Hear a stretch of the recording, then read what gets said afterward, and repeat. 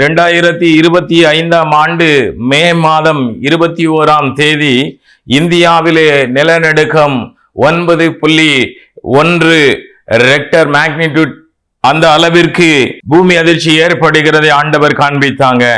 God also showed me that in India in the year 2025 May 21st God revealed to me this, that in the nation of India there will be earthquake which will be recorded as 9.1 Richter magnitude.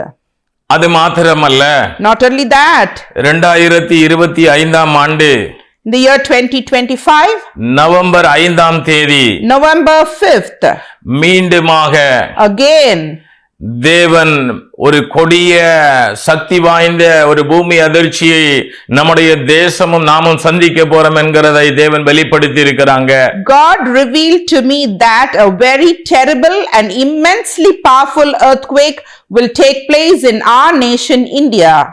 தேவ பிள்ளையே, children of God, இப்படிப்பட்ட ஒரு சக்தி வாய்ந்த பூமி அதிர்ச்சியை இந்திய தேசமும் நாமும் சந்திக்க போகிறோம். அதனால நாம் தீர்க்க தரிசனங்களை அற்பமாய் எண்ணாதபடிக்கு நாம் இந்த காரியத்திலிருந்து தேவனுடைய பிள்ளைகள் ஜெபிப்போமே, ஆனால் நம்முடைய தேசம் நம்முடைய மாநிலம் இதிலிருந்து பாதுகாக்கப்படுவதற்கு ஏதுவாக அழிவுகளுக்கு நாம் தப்பித்துக் கொள்ளும்படியாக ஆண்டவர் இரக்கம் பாராட்டுவாராக.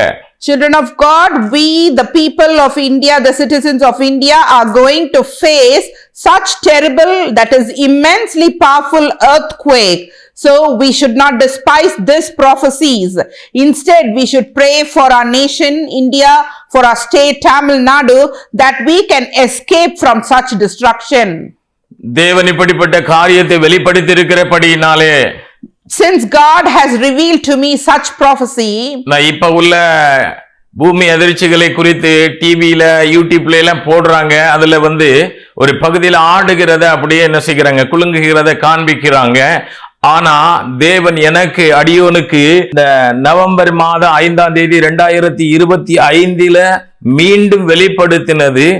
அதெல்லாம் இப்ப டிவில காண்பிக்கிறதெல்லாம் ஒண்ணும் கிடையாது. அதை விட மேலாக ஒரு பெரிய பூமி அதிர்வை தேவன் காண்பித்து இருக்கிறாங்க. Nowadays we can watch in the YouTube channels, in the TV channels about the earthquake which took place here and there.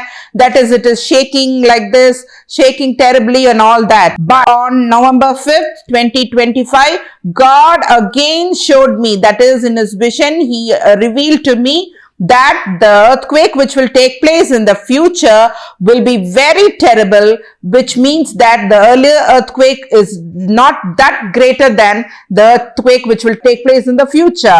The earth is going to shake terribly. தேவ பிள்ளையே, children of God, இப்படிப்பட்ட காரியங்கள் சம்பவிக்க போகிறது.